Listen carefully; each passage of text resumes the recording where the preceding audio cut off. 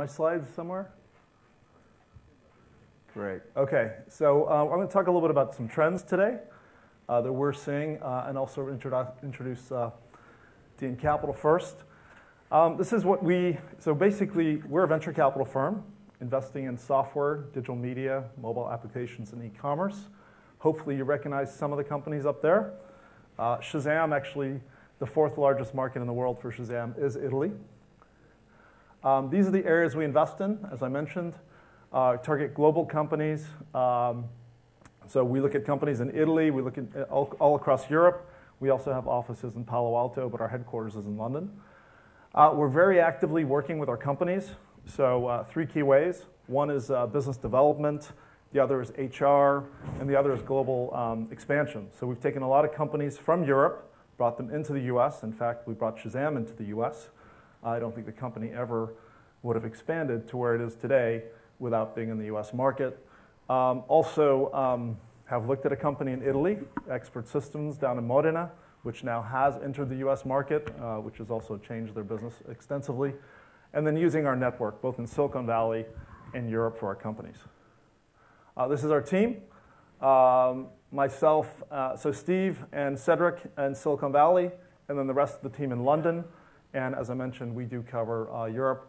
We also have some advisors with lots of operational experience. So it's not just investment guys like me, but also people that have ran companies and entrepreneurs and our extended network, et cetera. So we want to talk about some trends that we're seeing. So one of the biggest trends is social media and using social media in different applications here in e-learning. So here a class took an Italian lesson, and using Twitter to actually communicate with other people actually increased the comprehension of the language about 68%. And also looking at other digital companies like Mingle, where you can actually get online and actually speak a different language with someone, or also take a lesson. Also a huge arbitrage there, because let's say you want to take a Spanish lesson in London, you might pay £50 an hour, whereas through a company like Mingle, you can actually negotiate with someone in Argentina and actually pay $10, et cetera. So using social media for e-learning, we see this as a huge trend. Also, in the tablet market, as we see now, like lots of companies moving onto the tablet. India, $45 tablet that's coming out later this year. One of the companies we just backed is a company called YogiPlay, which is basically a tablet application for kids to learn on games. One of the guys that used to work with us, Cedric Salin, is one of the founders of Aruba. And basically, he took that company public for about $3 billion. His wife was number 19 at Google. And they have 3 kids, and basically they had iPads at home, and their kids kept stealing the iPads. So these guys basically said, okay, we need to control the content of what's on these iPads. So they started a company called YogiPlay, which their first application got about 70,000 downloads in the first week. Now this is something you can't do on any other thing except through the app stores. Moving on, another trend that we're very interested in, and actually one that I think is actually quite a big opportunity in Italy, is e-commerce. If you look at the US and the UK, about 12 to 14% of purchases are online. If you look at Germany, it's been about 8 to 10%, and the Italian market is much lower than that.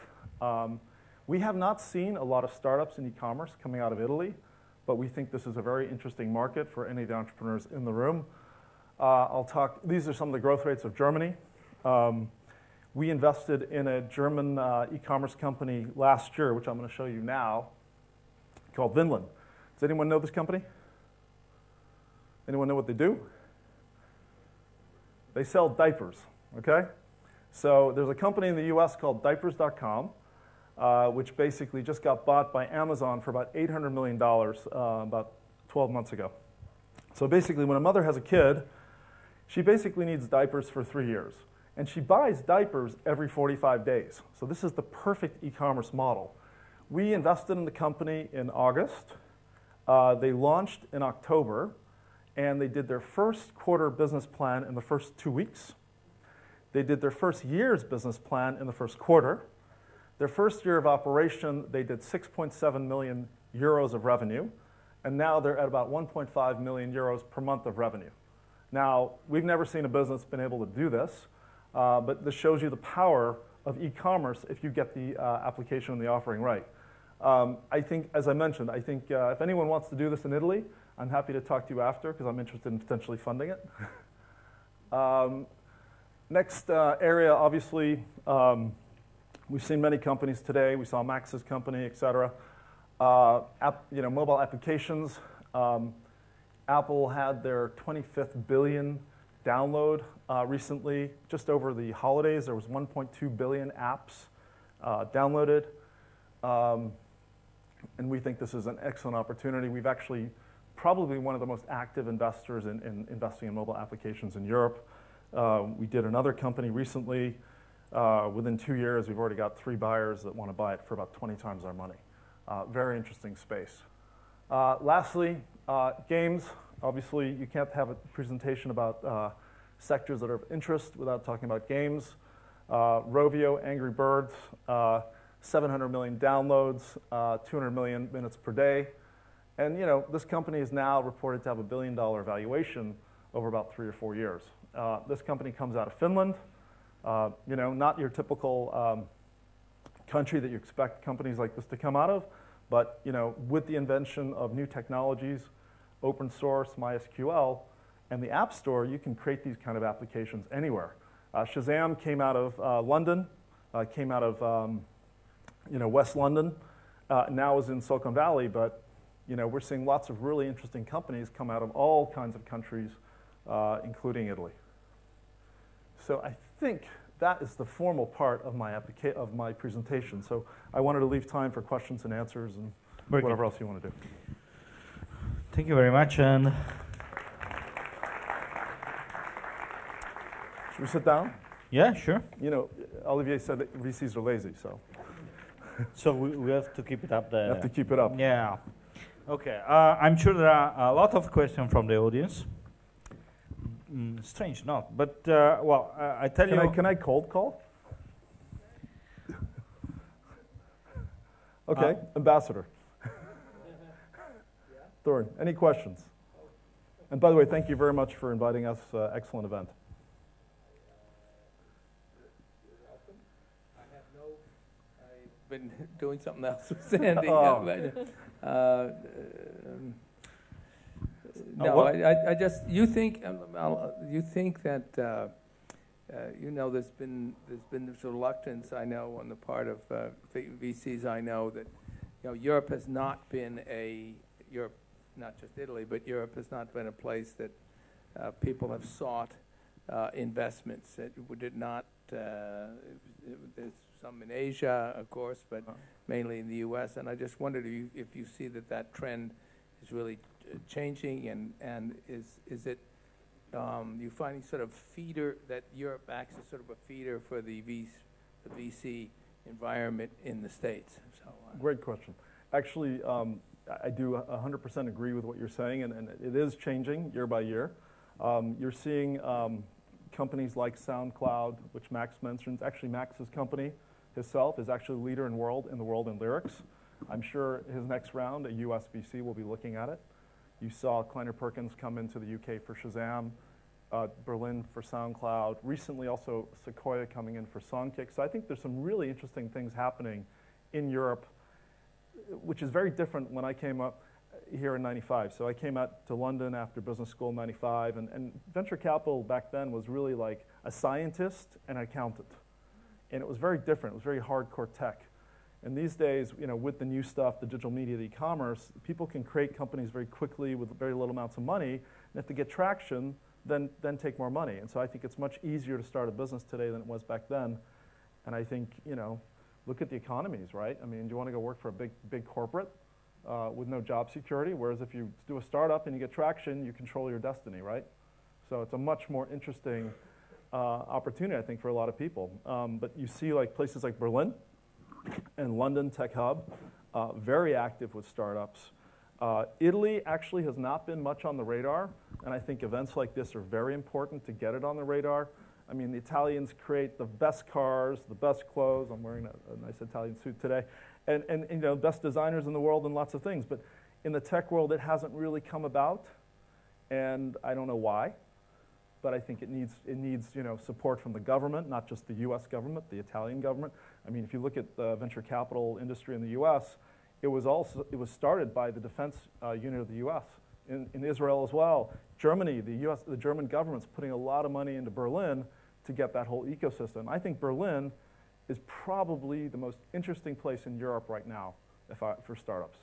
Even more interesting than London, because 31 universities, cheap rent, you know, tons of space for startups, big pipes with broadband, and I just think you got a lot of kids there, cheap beer as well. Yeah, you're right. Those are the real trends in Europe. But what I can add is that in Italy, something is really happening. You know, we have an ecosystem, and I don't know why it's not in the radar yet. But you should come and see more closer what's happening here, because there are a lot of opportunities, and even in the Mediterranean area, it's happening a lot of things. And it's full of opportunities. You mentioned e-commerce is a great opportunity. It is right, and there are e-commerce startups based in the room, and that probably I invite them to meet you later on. We've been very impressed with some of the people we met last night, also at the gathering, and also today. And also I met with a couple of venture capitalists today here in Milano, and there's a lot more going on here than I knew about, and I think that you guys just need to spread. We see a lot of also interesting, this thing's going whack on me, but a lot of guys from London going on trips to Silicon Valley, a lot of guys from Berlin going on trips to Silicon Valley, and I think that's important. I think that bridge with Silicon Valley is extremely important for the entrepreneurs. So doing events and going over there and spending time, you know, let's face it, it is still the main event in technology. We sold 6 companies in the last 18 months. 5 out of the 6 were U.S. buyers, and 1 was a South African buyer. So I do think the U.S. is an important place if you're acting in this space to have a connection with. So the U.S. embassy is a great start. Yeah, I agree totally with you. Well, this event is fantastic. I mean, I was also last year chairing the opening session in Venice, and was so I feel like I had to be at home, you know, and. I told them that was a great event, and to keep it up to with this, and they did it. And this year it's a series of events around the country, and the quality of things of the speech we saw this morning, it's Absolutely. Something that, I mean, young entrepreneurs I met before during the lunch that told me it's astonishing how much was interesting for them, an event like that, you know, and. You know, the trends that you just showed us are even more interesting, you know, seeing which are the exactly startups and how they are growing, it's important. And also it's important to make a European level ecosystem. What Absolutely. We lack is that we have ecosystems going up. Berlin, it's the key, the hotspot so far, but, you know, what we need is more interaction between different countries. European funds should operate cross-country, you know. This is starting happening. Later on we'll speak Michele Novelli from Early Bird, that it's a German fund that they are raising a new fund for investing in Italy. So something is happening. I think they might be onto something. Yeah. I think they might be onto something. Yeah. Okay. Any other question? I have one here. Angry down front right here. So Angry Birds is not Rovio's first game. It's what, their 50-something, right? Yep. 52nd. Yep. Can you Yep. talk about, as an investor, at what point did you guys... Oh, I'm not an investor. You're not an investor? That was just a trend. It was just an example. Okay, sorry. Let me tell you something worse. We turned it down.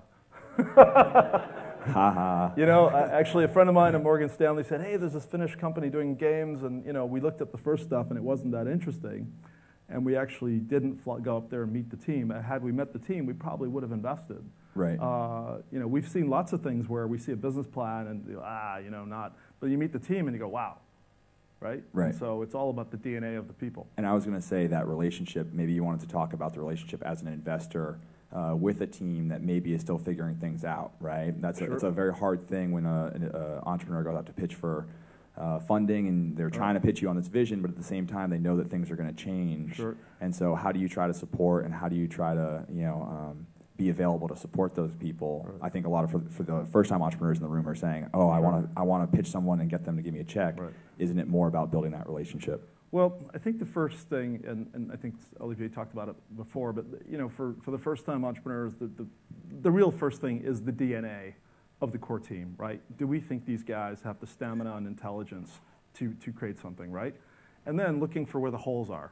Do they need a VP of online marketing? Do they need a CTO? Do they need VP sales, whatever? And then through our networks, we can do that. So for instance, in Shazam, I've put in 5 of the 10 top people in that company without a headhunter. And also working with Kleiner Perkins, with Matt Murphy, same thing with him. We just put in Jason Titus as a CTO and et cetera. So that's really important. So that your good VC is going to do 3 things for you, okay? Provide you with really good contacts to build your team, contacts to sell your product, like whether it's customers or partners, and third is bringing you out of your country. So for instance, if you're in Italy, it's a great market, but you're not going to get a big exit if all you have is Italian traction, especially if it's a digital media or software play. Maybe e-commerce, but that's a 1 to 2x multiple, so you better grow like hell. So you really need to get out of your markets if you're in Europe. So that should be the third thing they do. Did that kind of answer it? Yeah. Okay. Alessandro? Yeah. I have a question for you. I thought Sorry, I'm here. The slide on Shazam was very interesting because you have seen they have flat growth for many years, pretty many years. Then there is an event, which is a breaking event, which is the smartphone. And I don't think you could predict the moment you invested that the smartphone would come. And so I would like to understand why you have been investing for all that years where the growth was flat. So when I took Shazam to my investment committee, they said, this is cute, let's take a punt, but don't spend any time on it. Okay?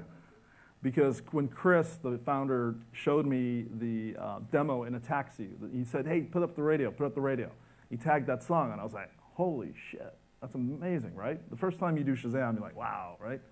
So that effect, and we knew that eventually the way this had to work is you had to push a button. You couldn't remember the numbers. The first you had to write, it was 2580 in England, and then the US you had to remember 9 numbers.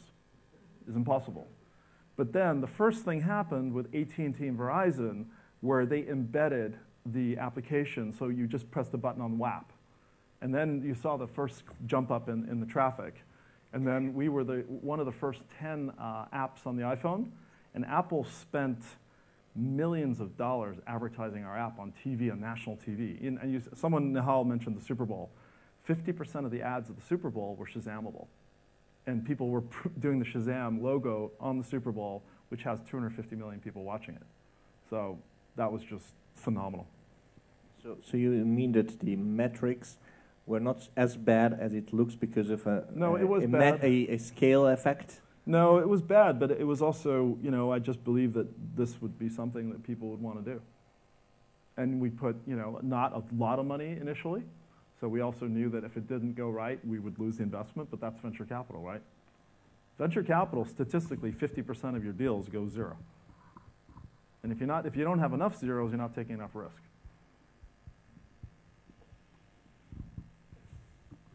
Yeah, I basically had the same question because I wanted to have some view about Shazam investment because it said it was like so I tried to switch to By the way, I can't give you that slide. Yeah, so I tried to switch to another one. Could you, with Shazam, you actually said the product was wow, right?